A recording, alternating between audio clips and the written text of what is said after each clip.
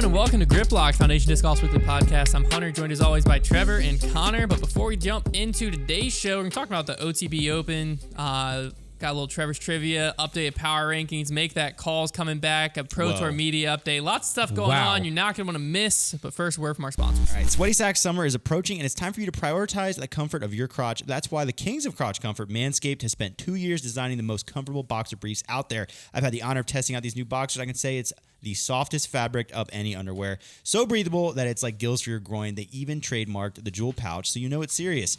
I think it's time you invest in your family jewels. So let your bulge breathe and get 20% off plus free shipping by using code GRIPLOCKED at manscaped.com. The Lawnmower 4.0 is the best electric trimmer for below-the-waist grooming. The trimmer offers skin-safe technology designed to trim hair on loose skin. Outside of just ball trimming, they're now focusing their efforts on helping out your thigh slappers in other ways with the game-changing boxers. These boxers features include the Jewel Pouch, a pouch designed to cradle your boys in their own special space, lined with perforated performance fabric to give them... That's a lot of alliteration to keep them well perforated ventilated. Performance fabric. That has a silent P. Basically, just imagine your balls sipping pina coladas, chilling on a hammock on some tropical beach. Wow. I mean, it's pretty accurate. The micro-modal fabric is buttery soft and breathable, keeping your cucumber cool. Walk, run, strut. These moisture-wicking boxers breathe without breaking a sweat. The tagless waistband hugs your body without digging in and lays flat against your skin to reduce chafing. The front fly opening gives easy access and makes bathroom breaks quick and efficient. You can choose from an arrangement of designs and colors. Sizes range from small to triple XL for all my guys out there. Get 20% off plus free shipping with the code GRIPLOCK at manscaped.com. That's 20% off plus free shipping with the code GRIPLOCK at manscaped.com. Once the top Boxers 2.0 touch your sack, you'll never go back. Thanks to Manscaped. Boom. All right. What a read.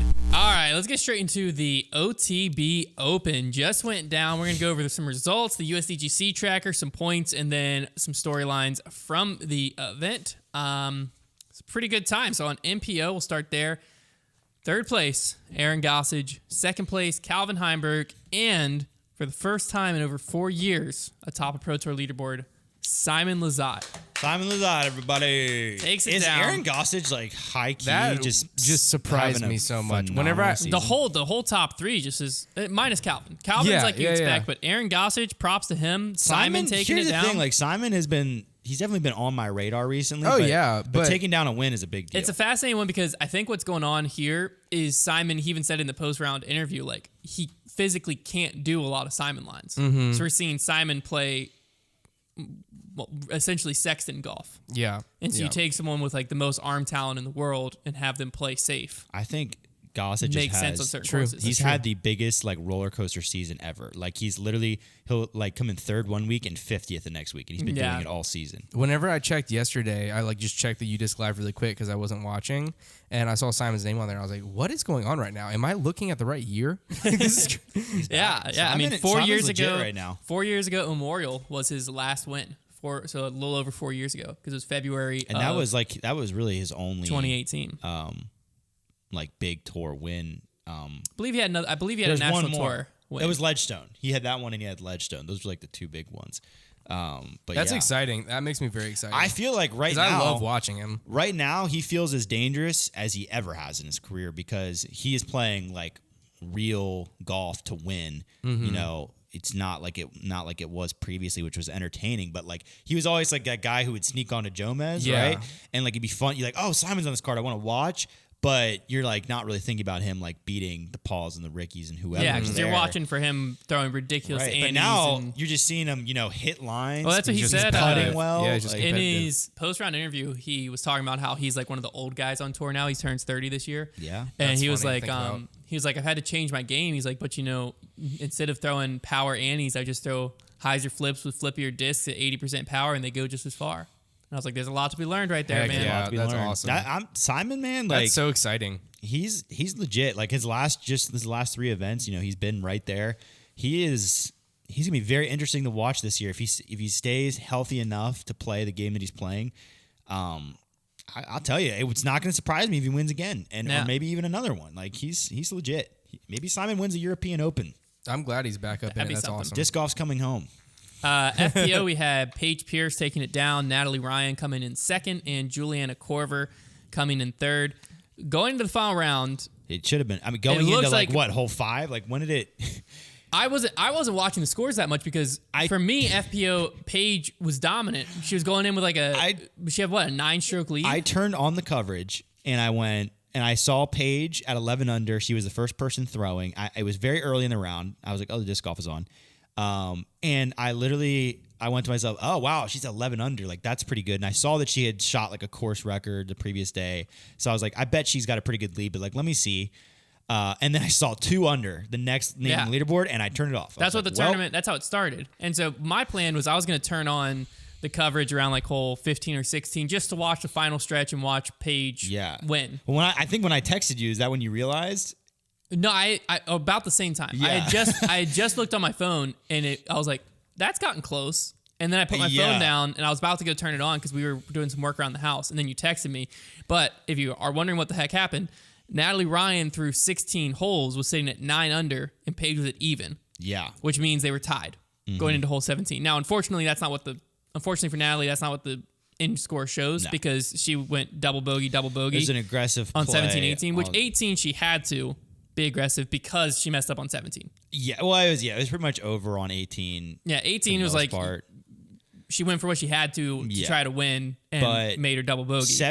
17 was where she choked it away. Yeah, well, and you know, you can say she choked it away, but the aggressive shot the drive was less than ideal, so that was unfortunate, making her aggressive play more difficult for that approach shot. But the approach shot, you know, it came up just short, and it was an aggressive play. And like the commentary, it annoyed me so much because Elaine immediately goes, "Yeah, that's just not the play." No, there. That's like 18. I thought that she said that. No, she said this on 17. She may have said it on 18 too. Oh. But on 17, she goes, "That's just not the play there. Like you got to play. You got to play for the 4. Like you're not gaining anything on Paige by doing that. Like what are you talking about?" They were trying to win. She was trying to win the event. Like if she sticks that on the island, which she had a chance to, like threw a decent shot, like she is gaining something on Paige. And she said, you're not putting any pressure on Paige by doing that. Well, yeah, you can say that now that she put it in the water, but if she puts it on the island, that's way more pressure. Doing it on 17. Like, I mean, it's a strategy play. You have to decide. It's called playing to win, is what it is. Well, but you could have.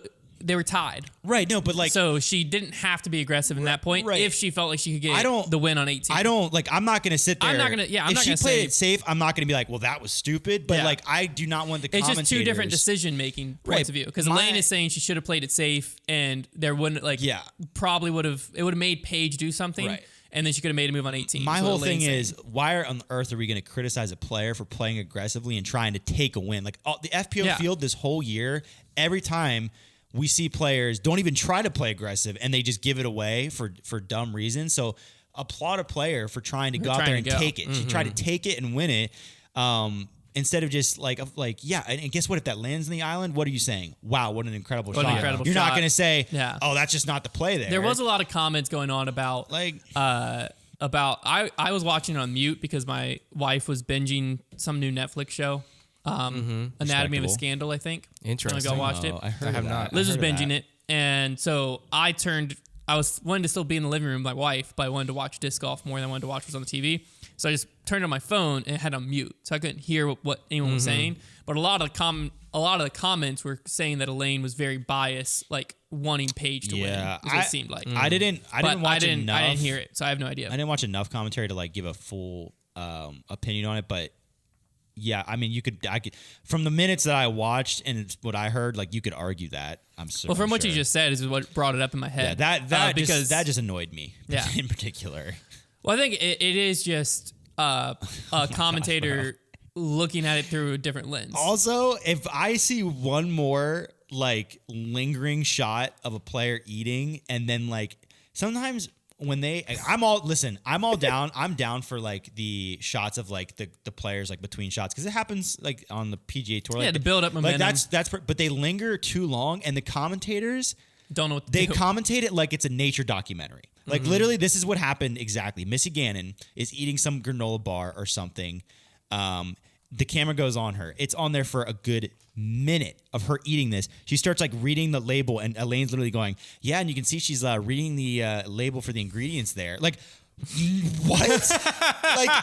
Yeah, no, duh. And like, who cares? Like, just say, yeah, and it looks like Missy's having a little snack. Like, that's fine. But like, she just kept talking about it. And you could tell Missy was kind of just like, what the heck is this camera still on me for? Yeah. I sent a tweet. Weird. I ended up deleting the tweet because I was like, oh, here we go. I was like, well, Caught what's some fire. Oh, no. It didn't really cause any fire because most people just agreed with me because it's a very agreeable tweet. But I was like, what's the point in me using my platform to tweet this? So I deleted it. Pretty big moment. That's wise. I must be honest. That's good when I deleted it, I was like, self-control. you know what, Hunter? 6 months ago, Hunter would never deleted this. Well, let me hear I it. really It was just a respect tweet. you for that. It was a tweet that I turned on FPO coverage on, I think it was Saturday, and they just stuck on them playing this little card game sitting around the tee. Yeah. And I was so frustrated by it because it was like a solid like minute and a half or 2 minutes No, they do. of them playing this thing. And I'm like, there is disc golf going on this course. Yeah. And so I tweeted and said, can we get some more cameras on this card game? Really, I was getting bored of watching disc golf on the Disc Golf Network. Was a tweet I sent.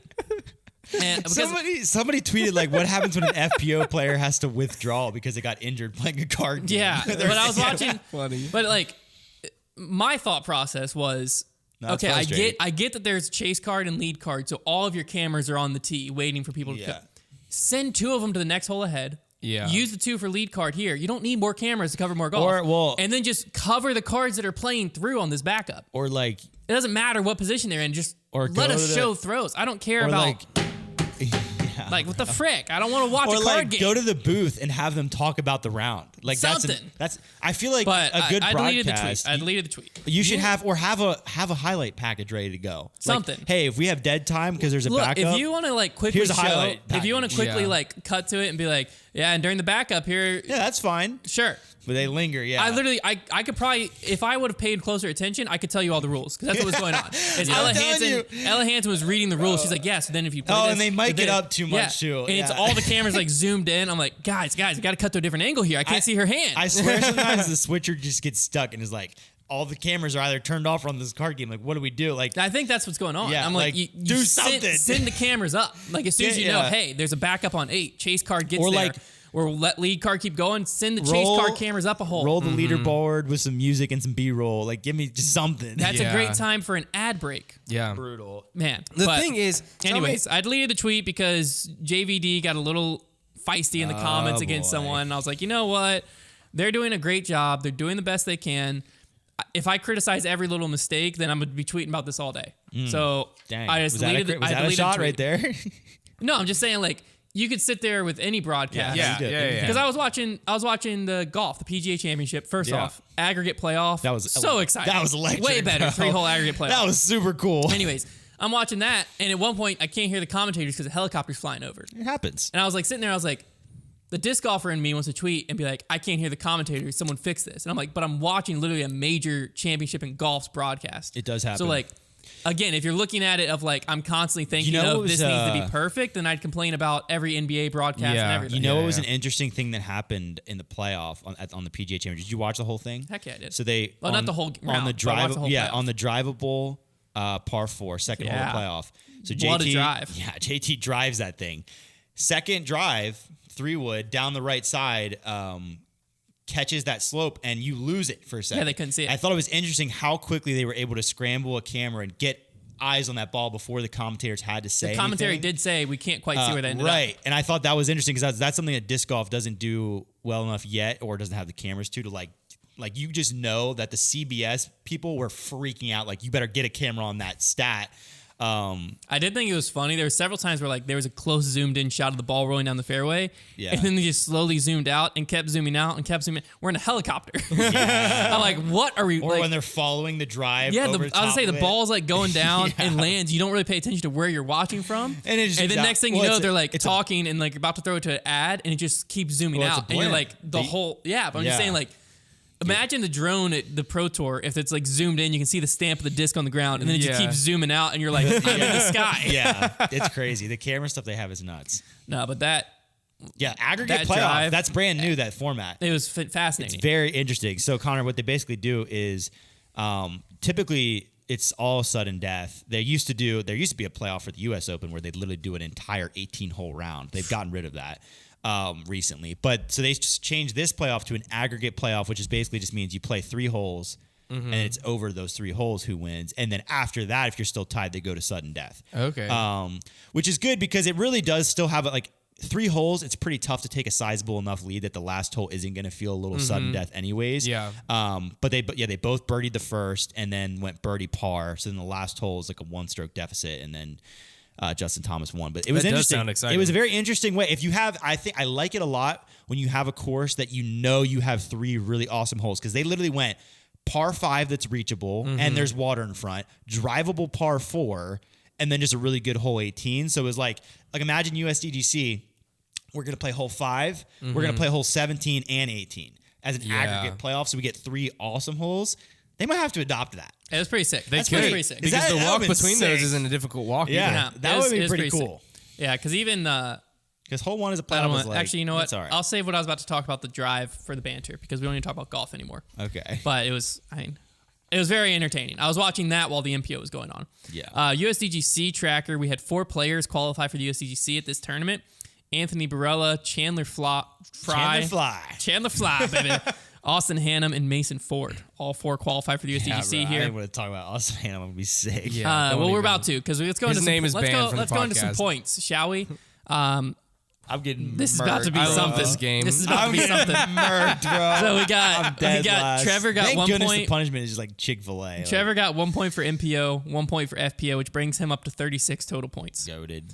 Konner got 1 point for MPO and 1 point for FPO, What up? which brings his total points to 45. Okay, I'm still very much in reach No, of dude. Connor. I You're got done. 3 points for MPO, 1 point for FPO, 2 points for my dark horse pick, and then 10 points for my Austin Hannum bonus, which brings my total to 69. I'm 33 points clear of Trevor and 24 clear How of did that Konner. happen? How did Because- we let that happen? Because I told Okay. y'all Austin Hannum was going to come top 15. That's all right. How did we let It's a that setback, happen? minor setback for a major comeback. I blame Trevor. He's supposed to be reasonable about those things. I just threw something out. we had a better chance of it not hitting than hitting. That's just the way. I'm You pretty gotta sure, take those pretty odds sure it when was you have 100% chance of hitting. well, you can say Argue that it, now. sure. Argue it. It just happened, baby. No, I just had this gut feeling. I just felt very Well, good about I it. think you're insider trading. I think felt that you're how? No, that was electric. I think maybe he listened to the podcast and you inspired him. maybe. Maybe. Maybe we need to Maybe. Should you Let us just, know, we should just Austin. try and gas up players. No. It's gotta be natural when it happens. Because Austin Hannum, I just knew it. You knew it. Deep let down, me I know. knew it. Let us know whenever you know it again, because that's. I'll put that was another bet crazy. on it. That was crazy. What was the other one I had earlier in the year? Katrina Allen going to Going to DGA, DGA. That's a lot different, but That was also- different. That was That so one I crazy did- though. honestly more impressive.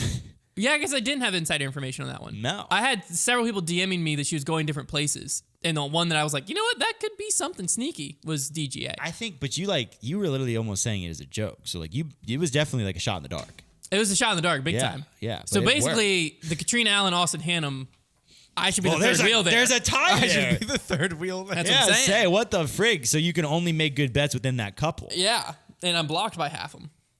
They can't, half them can't even see the bets I Half make. them. It took me Half laughing really hard them. how you're saying half Austin them. half Half them. them. Austin half them. What would be their couple name? Half them. No, Katrina. no. It's like it'd be Costin or Atrina. Costin. Trina Hallen. Austin. It'd be Costin. Atrina They only Hallen. do first names. Why can't it be both? They Or can't. you can do last names. Costin Hallen. Cat Allen. Cat Allen. That's my favorite. Cat Hannon. Costin. I like Costin Hallen. Okay. All right. Sounds good.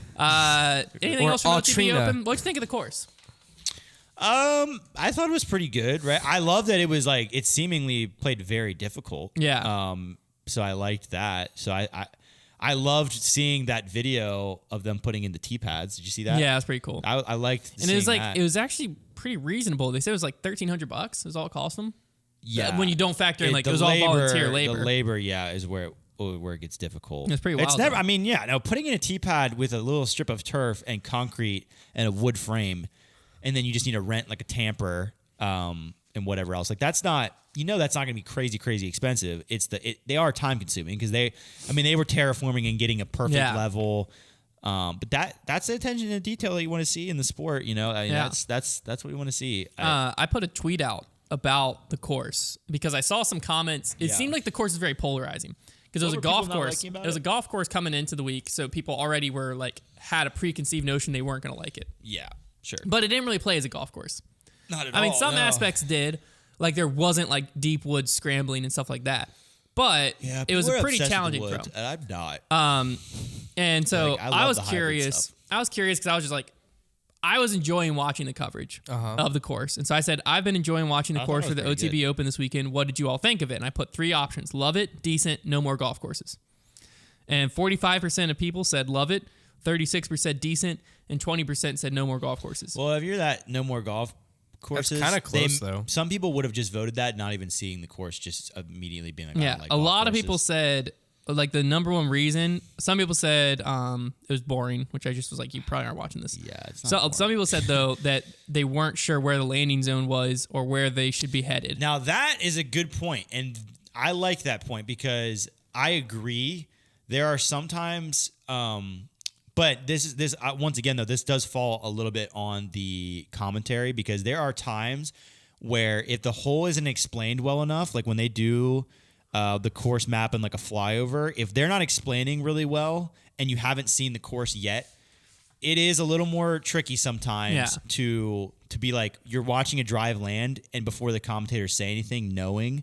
But I would also argue that in the woods you have a ton of holes just like that. You play a hole where all of a sudden it's dog leg, and because it's in the woods, you can't see. You can't see, yeah.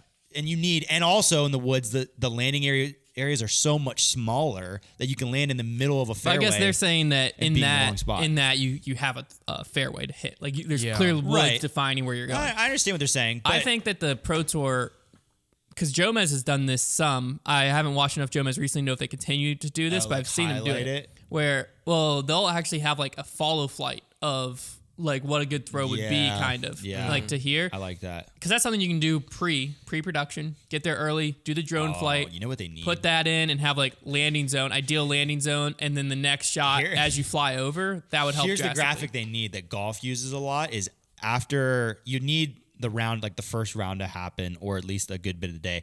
They'll show, usually it's a computer generated graphic of the hole. Aren't but all they'll- graphics?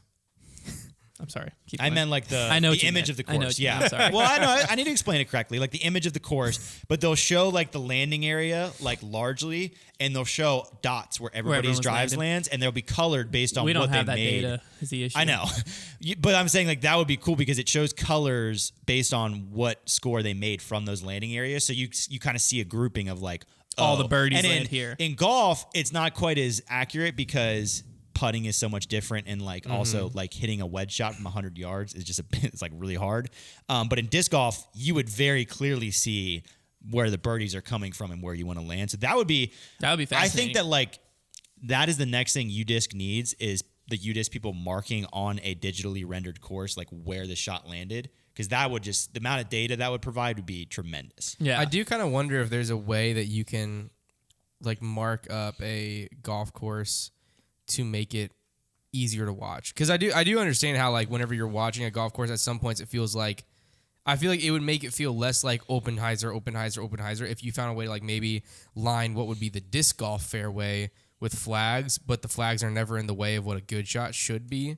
Like almost to make it just easier to watch from a viewing perspective. Well, I mean, this I don't tournament know. wasn't a lot of Oppenheisers. Yeah, no, this it, course, was, it had a great played in between the fairways a lot yeah. more. So it had a lot of like technical shots needed.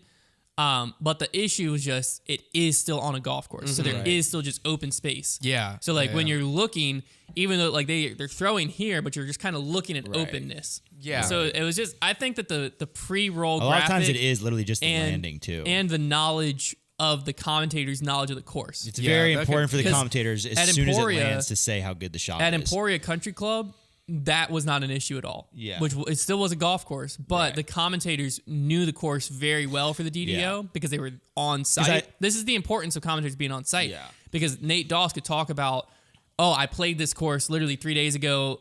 I think that's unfathomable. He was conveying how good of a shot was. Yeah, it is to incredibly us. important to, as a shot is flying, for the commentator to be telling you, "Ooh, this is looking really good," or like that. If you watch good commentary, disc golf or golf, you're going to hear as a shot is in the air, especially if it's an approach, this is headed right for the pin. This is looking high. Ooh, this is coming in low. This is left, right. And then when it lands, obviously if it's near a basket, you're just going to know. But if it's in like just a fairway, it needs to be like, that's going to be in great position. Or, ooh, they're going to be a little pinch. Like that is very, very key for commentary to be cluing in, because disc golf is actually easier than traditional golf.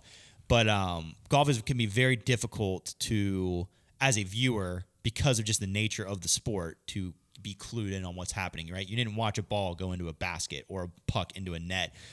It's a lot of it is kind of subjective and based on your knowledge of the course. So the commentators being able to clue in the viewer, it can erase all your confusion immediately. Like you see a shot in the air, you're not quite sure. Hey, this is headed towards a great spot. Ooh, that landed in perfect position. Okay. Then you know. And then after one person throws and that's correctly communicated, the next 3 people that tee off, you now have an idea. You see a drive come out the same line, you're like, that's looking good. You know now. Yeah. So that's really what it's all about. The one final thing that we got to briefly mention, because it was a big talking point online, although it was pretty controversial back and forth, was the trophy. Oh, yeah. So if you didn't see, the trophy was just a dyed disc. And I say just lightly because I don't want to discredit the person who dyed it, because it's not their fault. Well, no, the disc dye was incredible. It was like, it had the logo, just a black stencil dye, but then like all the areas that there would be color, they did like a brainwave type dye. So like, very cool disc. Maybe a sick trophy for a B tier. That's the issue, is you just won a Pro Tour, and like they hand it to Paige before she does her interview, and Paige literally just tossed it to the side. Here's my thing, right? Like, it's just, you can go. It was a disc? you can go. An MVP disc. Number one, you're gonna release a video and talk about how much effort you put into those tee pads, right? The thing is, the trophy's just getting overlooked, because if it was actually an item on these tournament planners' agendas, then surely they would put attention to it, because they are, like, we're getting to the point where we are trying with these events pretty hard. Like, we're trying to make them look as professional as possible, and I think they're just not realizing, and maybe this is a wake-up call, but they're just not realizing how important the little things like the trophy can be, because you immediately, if you have a cool enough trophy, you have just added prestige to your tournament without even trying, especially the majors. It's crucial for the majors. The PGA Championship this last weekend, the Wanamaker Trophy, I believe that's what it's called. That's a big deal. Like, people know that's the trophy. When you hoist it up, you're like proud to do it. Like, it is a big deal. Number 2 thing, a trophy, you only need to buy the big trophy once, right? It's an investment. For your tournament. If you're going to keep running that tournament, just buy it once, engrave the names in as you go, and then have a smaller trophy, maybe a replica, to hand out to the player. I don't think, in the realm of how much money is being thrown around these days, I don't think it's that much of a budget constraint. No, because you can pay $200 for a pretty sick looking crystal trophy. Yeah, you can. That's what I'm saying. Even if you want it to be shaped like a disc, a crystal like disc would be cool. Like, that would be fine. You can send them home with the dyed disc that says, that's fine. But the part that was weird was, like, even during Simon's interview, they just don't care about the trophies. They don't care about it. When Simon's interview, he handed him the disc, and then he just like had it like under his arm while he's interviewing. Versus like, if you're holding like a sick trophy or you put it down, like, you want them to feel special. Like, oh my gosh, look at this trophy. Like, you just want it to be a big deal. I just think it's getting overlooked. Absolutely. I think if they realized how silly it looks, and I think this tournament might be enough, because other than that, unless you're listening to us, nobody seems to talk about it that much. But this one, people were talking about. But like, it just looks silly, and like, the trophy raising ceremony too it's a problem already, because it's not really a ceremony. It needs to be, you tap out your winning putt. We've said this forever. You tap out your winning putt. You hug your friends and family, sign your scorecard, shake your hands with your competitors. Now let's present the trophy, right? And let's actually have like a podium the trophy's on. Nobody's going anywhere. Bring out a mic, let's put up a backdrop. Instead of, oh my gosh, Paige, you just won 2 seconds ago. You're flustered.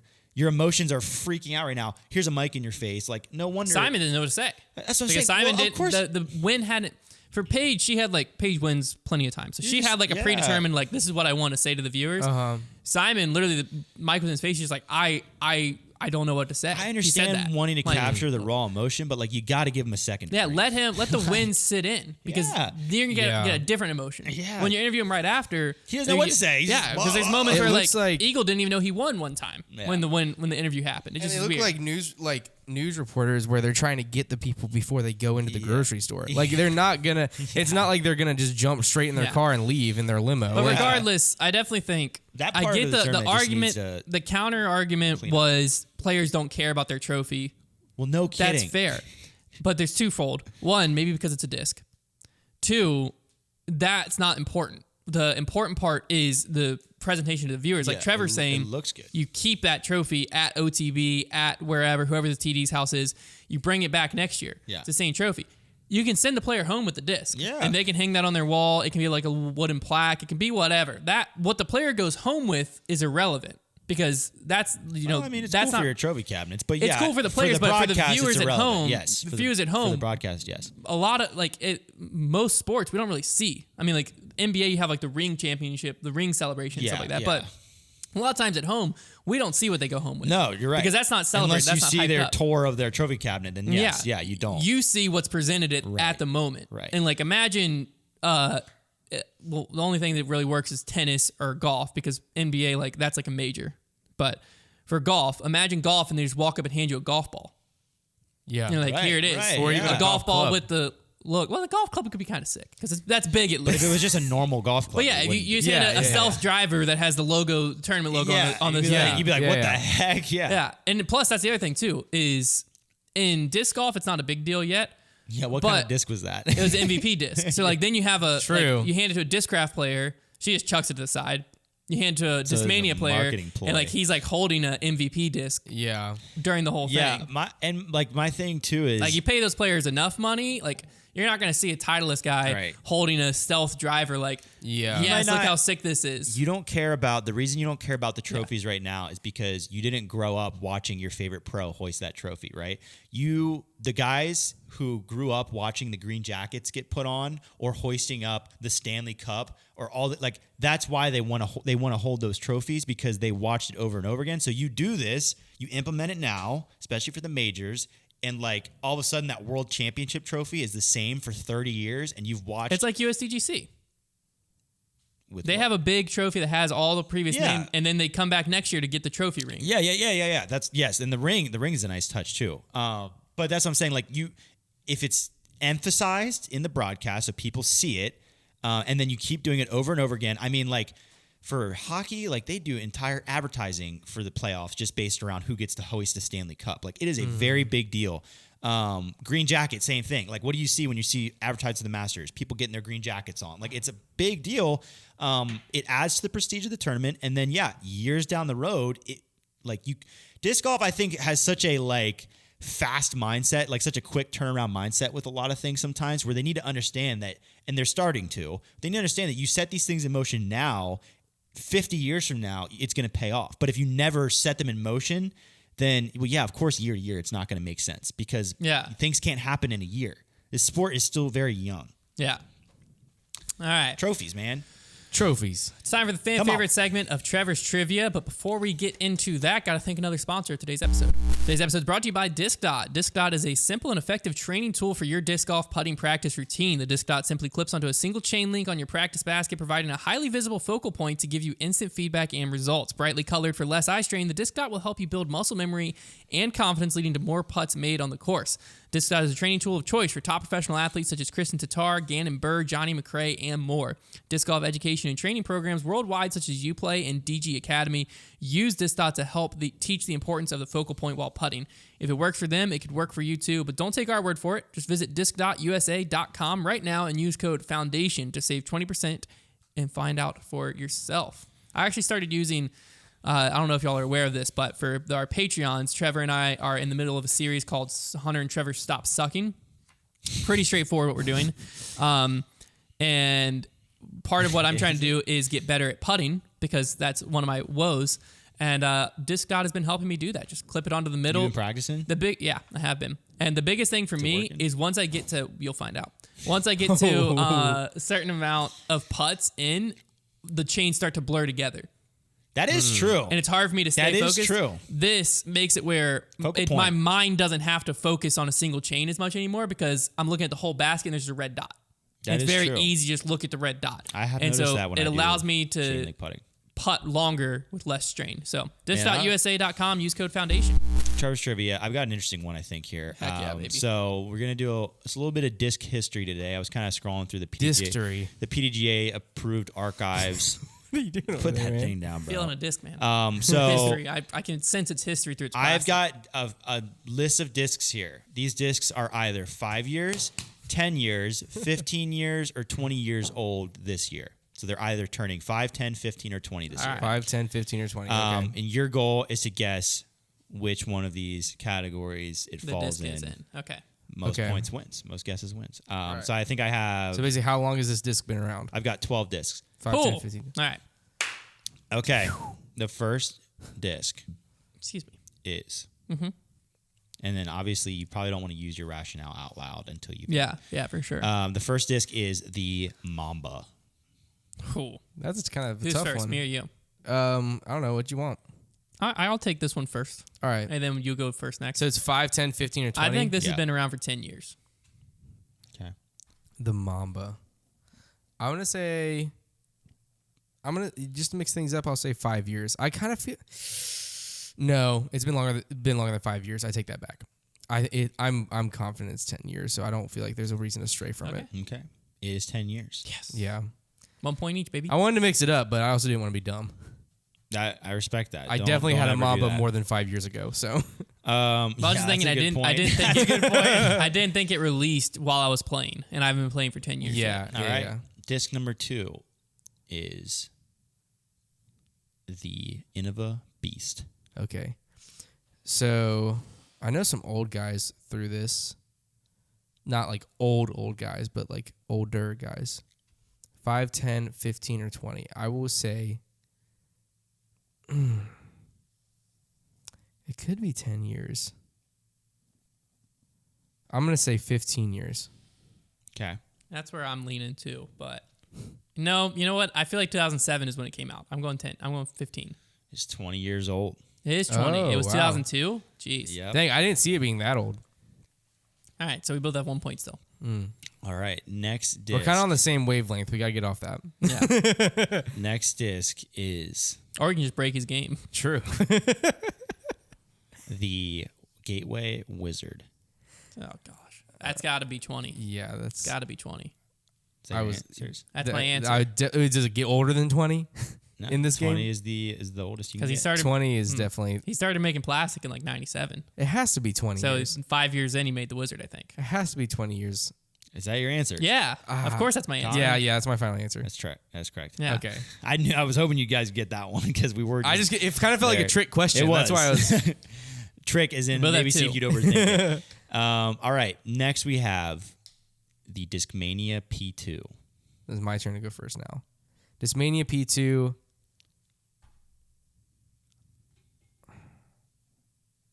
10 years. Yeah, it is 10.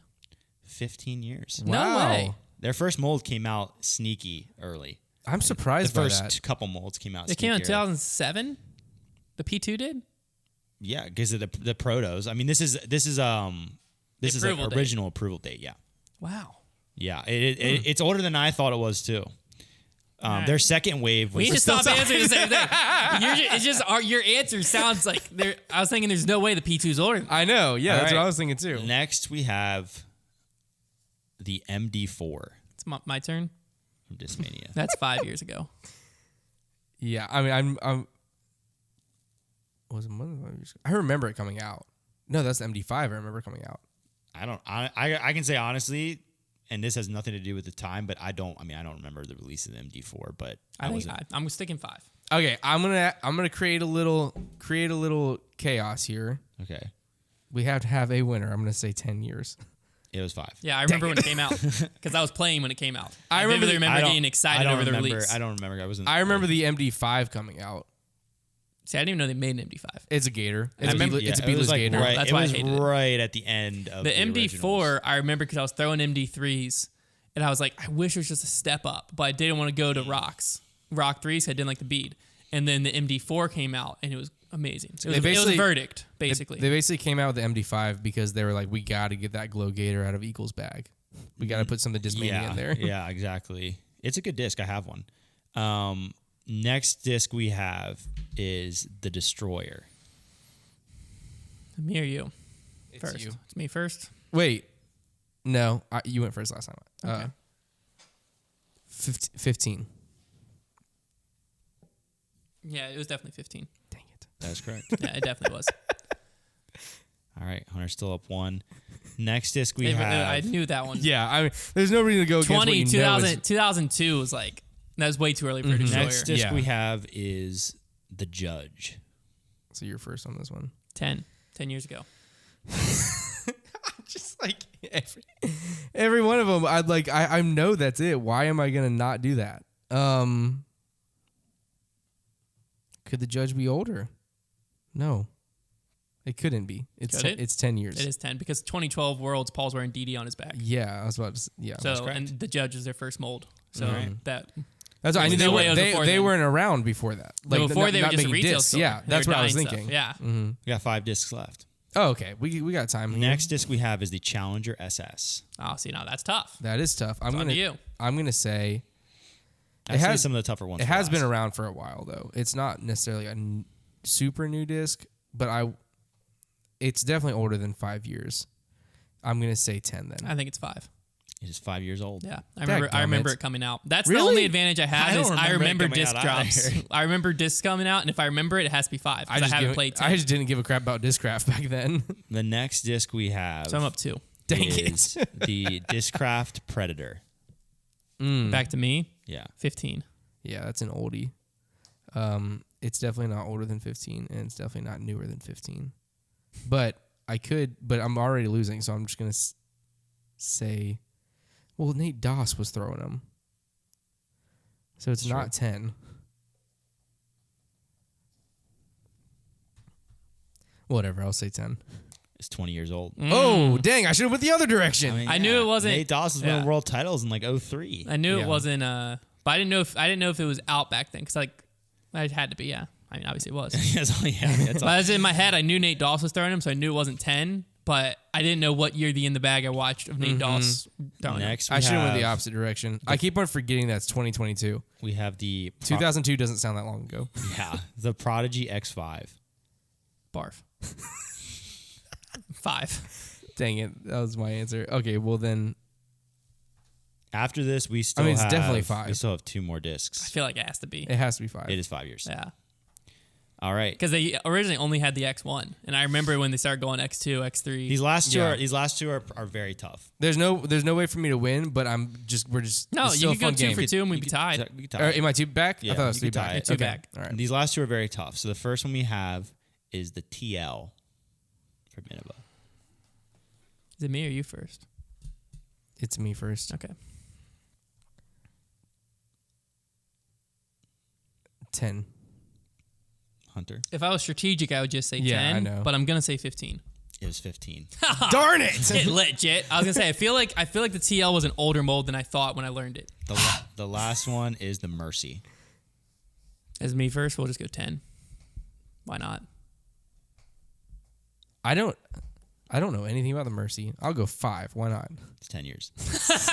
You lost by 4. Disc historian, man. That was fun. I'm a distorian. I think it was just crazy to see 15 years ago was 07. Yeah, That yeah. hurts. That's difficult. That hurts. I was 10 years old. I know what a free was. I was 8 years old. You do one, Konner. I don't know how old I was. Oh, you were like 12, I guess. Go ahead. Okay, we're gonna quickly update the power rankings. We redid the formula a little bit. We formulated all right. To make sure to have something we could consistently use going forward. Man, never mind. We're going to use basically how we're doing it. I'm not going to tell you our formula because we want that to be our secret sauce. Chick-fil-A sauce. But if the formula is close, then we use our gut. So Yeah. gut is still a factor. Is the ultimate factor. Gut's the tiebreaker. We'll never tell our formula. No. Let's see if anybody can reverse engineer it. It probably isn't that hard. It's a little bit. Well, I'm not going to give them the points, so it would be tough because you don't have anything they going have on. nothing. All right, so we'll Try start. and reverse engineer a formula. But Uh, no one else has access to the software you guys use. That's Exactly. true. Yeah, We it's true. did design it. Silas built especially it for us. He programmed it. It's called Little Nas. First place. You're doing a great job this podcast, man. You're killing it today. He's right. I just thought He's that. I right. didn't see what he You're did. doing a really good job. I feel like I'm doing an awful job now. No, you're doing No, great. you always do a great job. I just feel like you need to hear that. I didn't. Now I'm just questioning. now I'm just questioning everything. I don't do well with being complimented. I'm sorry, man. It backs You me into a corner. suck, Thank bro. you. I do better with being slandered. You're really working Can't wait those to headphones punch today. you and burn your house down later, bro. $30,000 to get a couple trees out. How about a match? That was on the banter, wasn't it? Yeah. Because multiverse. And then also there's no trees coming out. Multiverse. We've got a multiverse going. All right. Power rankings. Power rankings. Power rankings. Power rankings. Can we get the power ranking sponsored by Power Bar? Yes. We can just say it. What is Power Bar? That's like the What is a Power most. Bar? That's like the most like OG protein bar. bar? Why not It's literally Powerade? just like. Yeah. Did you ever see the movie? I just want to read the power What's rankings. the movie where they're on the train in the winter with? Polar Oh, Snow Express. Train. Snowpiercer. You see Polar that? Express. With the little like Yeah, I've insect seen bars it. that they eat. Yeah. That's basically what a Power Bar looks like. Power rankings. So What a first movie. place in the world currently, we have Chris Dickerson. He stayed at first. Ricky stayed in now. second. Calvin stayed in third. For now. I think- Gannon stayed in fourth. This is where things start getting I think we should just mention shaken that up. Ricky could have bumped Chris because of Chris's absence, but he just didn't do enough. Yeah. So let's give it another week, guys. If Ricky or Calvin win, then it's probably Let's just give it another Chris week, is guys. gone through July. Yeah. That's all. So it's gonna get Just dicey. didn't quite work with the formula yet. No. But it might. This is where things get dicey though. computer didn't Gannon like it. fourth. Matty-O is now in fifth. James Conrad is now in sixth, which brings Paul Macbeth down to seventh. This is a mixture of his performance this past weekend at the OTB Open and our reworked formula. Our reworked formula. The formula is now more fair to everyone. Just understand that our formula needed to be catered more to recency because this is a power rankings, right? Yes. This is week in and week out, like the most recent weeks that we're factoring in. Paul just hasn't been good. The power You know? ranking should be called as of right now, because that's what these rankings are. As of right it's now. as of recent. Yeah. As of recently. Well, yeah. Yes. For now. Right. For now. So just know that. Eighth place, we have Drew Gibson. Ninth place, Joel Freeman. And then 10th place, newcomer to the top 10, Mr. Simon Lazat. Nico bumped. With his win, he bumps Nico out of the top 10, and he moves comfortably in. I like and those with rankings. another solid performance, he could bump into ninth. The only thing that still makes me sick about disc golf power rankings like this is that the guys like Matty-O and James Conrad, James a little less. It's really like the guys like Joel Freeman and Matty-O, right? Those are the only two that haven't won in the rankings.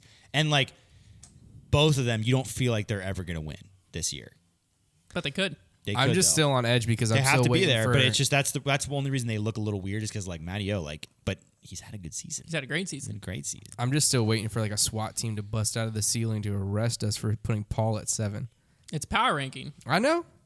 He just came in 19th. I'm just scared. He's not powered. Yeah, Came I in am a little bit 19th. too. Came in 19th. Like, in the Silver what's Series. what are He the came in seventh. repercussions of saying that out loud? Nothing. Though? Absolutely nothing. Yeah, Because it's 19th, facts. 19th, 7th, and 51st. That's his last three. And seventh was at a Silver Series without Ricky, It's Chris. just not good. Yeah. You gotta turn I it agree around. with it. It just Gotta makes turn- me uncomfy. It does. It makes me It's an uncomfy, uncomfortable too. place to be. It but makes, and he's also the highest rated player in the world. that's where ratings just suck. Ratings are poop.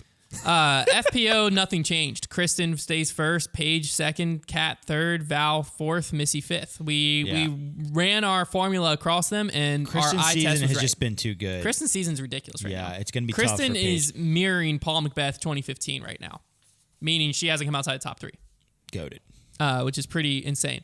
Very good at disc Prior golf. to the OTB Open, the Pro Tour put out this like inconspicuous Disc Golf Network media update, which I immediately read, and I was like, why? pretty conspicuous to Why would him. you put that out? You know what I mean? Oh. Like, why? Yeah, why? Well, it turns out it's because they wanted to address the Elaine King stuff, but they didn't want to make the title addressing Elaine King stuff. Mm-hmm. So I read it for you so that I can now read it for you. Give us like the cliff notes. Well, yeah, that's pretty much what I'm gonna do. So for it it. starts off just they've made it to the West Coast for a successful start to the season. They've covered 10 events. It's just like a typical update.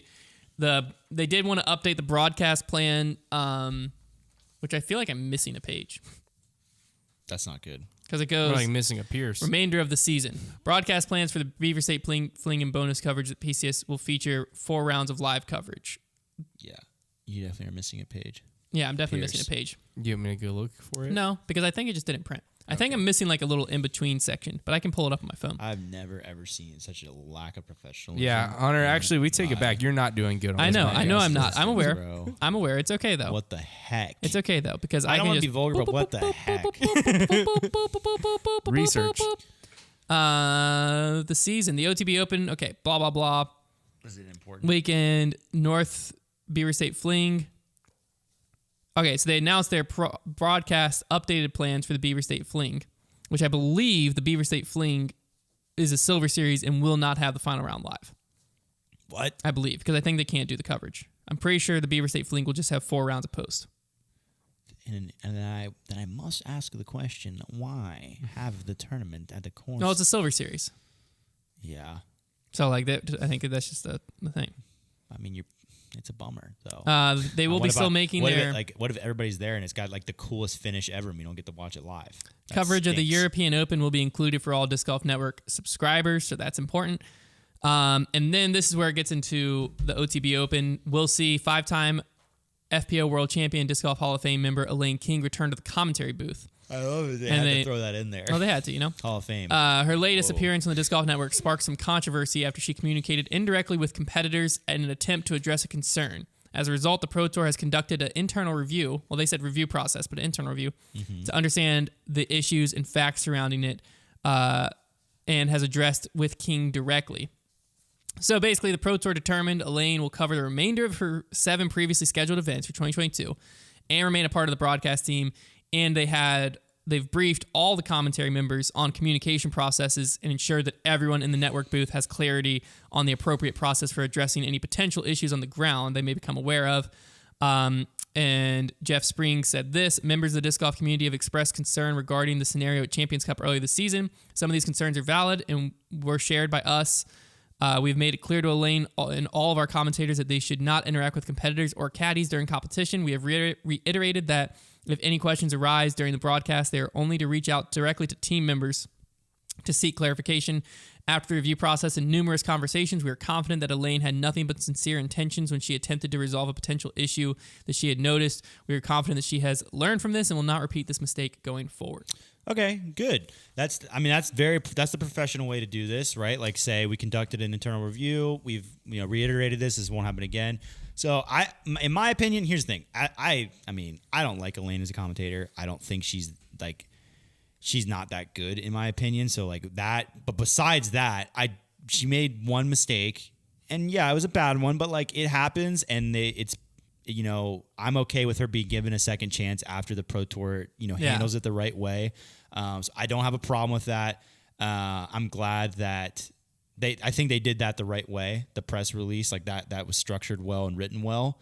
And yeah, like I don't have a problem with this. To me, I think that's the right way to handle it. I think that it's just, yeah, I don't really care for Elaine as a commentator, but Well, whatever. yeah, and I saw some comments online referencing like how they felt Terry was better than Ian and how they felt like Brian Earhart did such a good job and why don't they have this dream team together?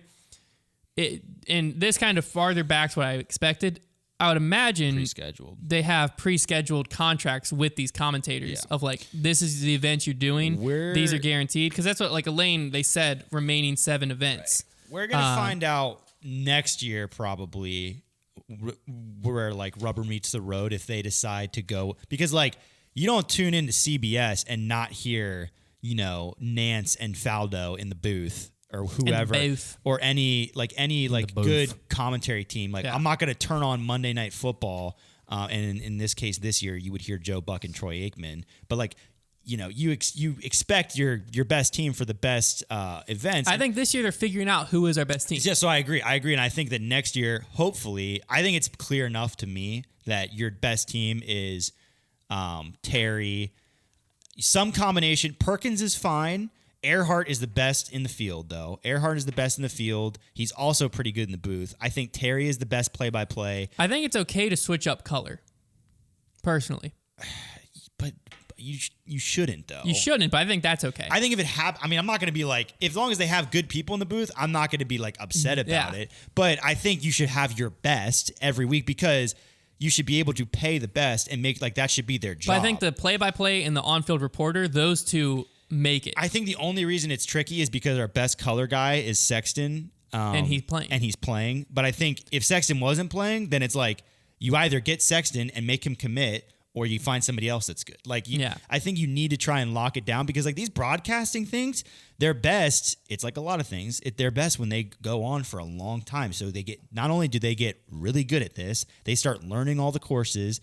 So their knowledge just increases and people get familiar with them. And then they have chemistry that develops over a career with each other. Like, commentary teams are best when they have been in the booth for a long time together.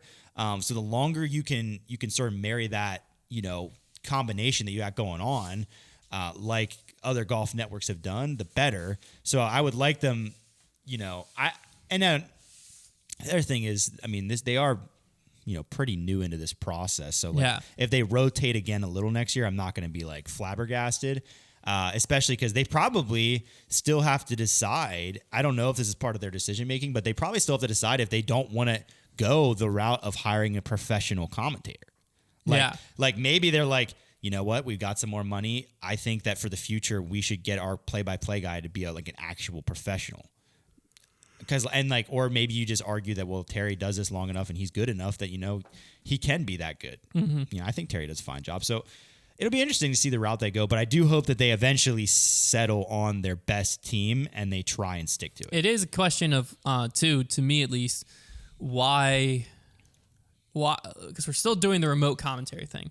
Yeah. Why did we choose DDO to be on site? I'm very curious about that. Like, why were they on site at DDO, but not anywhere else? Maybe. Why did we make that decision? Was it a matter of...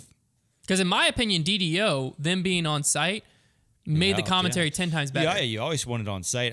Was it just a matter of DDO saying that they could accommodate it, and I don't know. That's what I'm saying. I'm just curious as to why some are, some aren't. We know that event is really well run, so it wouldn't surprise me. They're like, hey, you guys can bring everything on site. Like we can totally accommodate that. And they were like, oh, okay. Like maybe what's missing is not the Pro Tour as much as it's like, the Pro Tour at the end of the day could have a set that travels.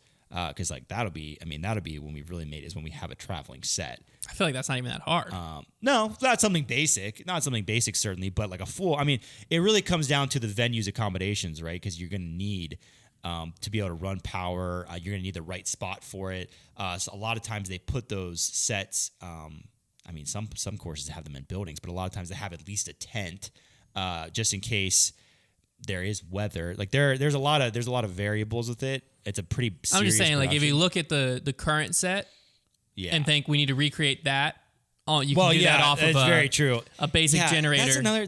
There's just weird things that just kind of go by the wayside with like their broadcast, and I think it's just like probably them just knowing where they need to allocate their money and resources. So I'm not going to just say they're being lazy. The trophy thing, that's one thing, because that's not expensive, but that also doesn't fall on the tour. But this one, like, but in a roundabout way, it does a little bit, yeah. But like the set design and like the effort put into that, it hasn't really been thought out completely yet. But it also may be a thing where maybe they're designing it right now. We don't know. Maybe so the Pro Tour isn't exactly slouches when it comes to feedback and improvement. Like we see it pretty often. So it's not like we can just accuse them of just sitting on their hands and doing nothing. Yeah. All right, it's time to wrap that show up with a segment we haven't done in a while. But we didn't have a lot to talk about, it felt like, today, even though we just talked about a lot. So I was like, you know what? I'll throw another segment in. Or bring back Make That Call. I love this segment, so throw it at me. I'm pretty sure I know the answer to this one, but this is one where I think there could be an argument about a loophole. Ooh. So those are fun. Let me paint you in a scenario. Player on your card goes to throw their second shot and kicks their disc as they release. They're called on a foot fault, and it is seconded. Yes. The throw continues down the fairway and misses the Mando on the hole as well. What are they throwing, and where are they throwing from? Okay, so I believe the ruling on this is that it's either you take the first penalty or the one that penalizes the player. Ooh, I can't remember if it's the one that penalizes the player the most or the least. I think it's got to be the most, because why would it be the least? Because then you could like purposely do something sketchy. So I'm think that I believe you take the foot fault with a penalty. Is foot fault a direct penalty or is it a warning now? I thought it was a warning. I'm pretty sure. I can't remember if they added the warning or took it away. I'm just gonna say you play it as a foot fault with a penalty stroke. Because if it was a warning, then that makes this more interesting. Because if it's a warning, then it's like, okay, one of the penalties. In my opinion, I'll just give my opinion on what I think the ruling should be because I'm not completely sure. What I think the ruling should be in the case of a foot fault is, I think as soon as you foot fault, it doesn't matter where that throw goes, it should be invalid because the foul happened before that shot even came out of your hand. Then what do you do? So I think you should play it whatever the ruling of the foot fault is, which I don't remember, but I'll just say a penalty stroke and rethrow. But how do you rethrow if your lie was moved? I guess you'd have to replace your disc to about where it was because there are rules in disc golf that involve placing your disc back to about where it was. So I think that's not a huge deal. So the current foot fault rule, because I'll give you this to see if it changed your mind at all. Okay. Current foot fault rule is you play it from where it lies with a penalty stroke. No warning. Okay. Then yeah, no, that's I agree. I think that you should play it like that. But that throw also missed a Mando now. Right, but I think my opinion, the throw, if you foot fault, that should be it. The throw shouldn't even be considered a real throw. Like you foot faulted. It's like if in the Olympics, you throw your javelin and your foot was on the line. Sure, but the rule is you play it where it currently lies now. Oh, the disc where it currently lies. Yes, with a penalty stroke. I thought you meant like with the one that you kicked. No, you play it where the shot lies. Okay, so with this does penalty change. stroke. This does change. And that throw missed a Mando. So where are they throwing from, and what is their penalty? Well, if the ruling is going to be that way, then I would say, first of all, I think that is kind of silly. I think it should be a rethrow if you're going to call it a foot. It used to be the issue was people were calling foot faults and bailing people out of situations. Bailing people out of situations. Because originally it was a warning, and the first warning you rethrew, no penalty. And then the second one was what it currently is, where you get the penalty from where it lies. I think it should be no warning, but you throw again from where it just was. I feel like that was the easier solution, but yeah, because now this makes things complicated. So if the rule being that, meaning the throw is going to count because now it's a real throw, even though you violated the rules on your throw. Nice one, PDGA. Then in that case, you probably just play it as a missed Mando, I would guess, with a penalty stroke. So you're going drop zone. Which is really dumb because realistically, if the throw counts and the foot fault counts, then like you should take 2 penalty strokes and play from the drop zone. That is a weird one. So basically, here's the net of rules. Seems like we're not getting that. I don't know. So here's the net of so rules. Stupid. Like first rule that comes into play here is a throw can't be penalized twice. Yeah, I figured that. Once a throw can't be penalized twice, you have to take the penalty that was most severe, but in this case, they're both a stroke, or the one that happened first, which in this case is the foot fault. Where this gets tricky is the foot fault happened first, which would mean you would take it where it lied with a penalty stroke, meaning you missed the Mando. You could purposely miss a Mando. So what I think, it's a very weird situation. I think the real rule answer is what you said, drop zone throwing 4. I think it's got to be it. But it's not according to PDGA rules. No, because then that throw is like your lie would technically, after missing the Mando, should be the drop zone. You just don't take the penalty from the Mando. You take the penalty from the foot fault, which is the exact same thing. I think you're technically playing from the drop zone with the penalty from the foot fault. I think you would solve a heck of a lot of problems by just saying, if you foot fault, just throw again with a penalty stroke. But that's a very severe punishment that could be called on someone. Like Nico bangs a 40-foot putt, and I guess you call a penalty. Maybe, and right now, maybe that was the middle ground. I guess. Yeah, because like right now, it sucks. Now Nico, instead of that being for birdie, he took a par. But in your scenario, now he has to walk back to the 40-footer. And we've seen the controversial calls that have happened on anyone where they're like, I didn't foot fault. And now you not only can't take the shot you just parked, but now you have to rethrow. Yeah. I've kind of always said that the disc golf, first of all, though, with the lie being a whole piece of paper behind the disc, I think foot faulting is pretty difficult to do at this point. Yes. But it's more so like on a step putt or something that a foot fault comes in. It does make you wonder if your lie should be like a semicircle, so you're not getting closer to the hole, but it gives you a little more reach. I mean, it's just one of those rules that's super touchy because it's always kind of going to be a little bit of a gentleman's rule because you got to enforce it. Yeah, you got to call somebody, and it's just kind of when you play a golf game, like there's going to be rules like this. So I understand what they were trying to do with that rule is like people could abuse this rule, so let's not make it quite as severe by letting them advance. But it's like, I think you're losing a little bit of the validity of the rule. No, because you're still penalizing someone with a penalty stroke. It's like, they get to advance. Okay. Okay. Well, here's the loophole then. Now, what is a foot fault? Can I not line up 100 feet left of my lie and throw? That would be misplay, I believe. When does it become a misplay? That's where it's up to. I mean, that's what I mean. So that's what I'm saying. That's is any rule in sports, though, is just there's right. ambiguity up to the people who So call I'm saying it. because there's always going to be interpretation, that's where it just gets tricky. Where it's like, where do we decide to put our foot down? Because like, yeah, how bad can I foot fault before it becomes a misplay? Like, even if I'm like a foot to the left of my disc, that could be just considered a foot fault, but it could be a huge advantage. But you still get the penalty stroke. Which the argument could be for that same advantage, you could just drop your disc a foot to the left and then play from there. It would really come into play on a hole where like when you think of it that way, though, what I just said, that kind of invalidates it. No, I'm saying on a hole where you can take more than a stroke with how much you are lined up away from your lie is what I'm trying to say. Well, because we don't know when it becomes a misplay. So like literally, effectively, you could line up anywhere behind your disc. And like it's but you couldn't pitch to that spot from your lie. Not necessarily. Like I'm trying to think of the right. You see what I'm saying? I'm trying to think of the right hole. But okay, let's like if there's like a mando or a gap hip and you're like moving in front of it already. I just feel like it's. I still am saying you can pitch to that spot. That's my whole argument. You've got so you're not really getting an advantage. Well, okay, so you've got a tiny little gap hit like double mando, right? Pitching and laying up perfectly in front of that, yeah, you could do it in one stroke, but if you're 150 feet down the fairway, that's difficult. I feel like once you're in front of your lie, what is I just want to know what the rule is. Like when does it become misplay? A misplay instead of a footfall? Because that's where I'm struggling. Like misplay is literally just intentionally breaking the rule to gain advantage. So I guess that's where because like if you run up, you never even try to get on your lie. That's not a footfall. I realize it is always going to be ambiguous. Like, well, it's pretty much like if you're trying to break a rule and cheat, you can. Yeah. But you're a cheater. Yeah, versus like rules are the good when news, you mess up. The good news is we're at the point now where like the high level golf is all on live broadcast. A lot of it. So, people can't do stuff like this. That being said, Paige did miss that mando that one time and got away with it. That triple mando. So I don't really know what we're talking about. But yeah, it's funny. I want to know, I want somebody to, look through the PDGA rules and just find, all the good loopholes. And I'm just going to go out to a C tier and just wreak havoc.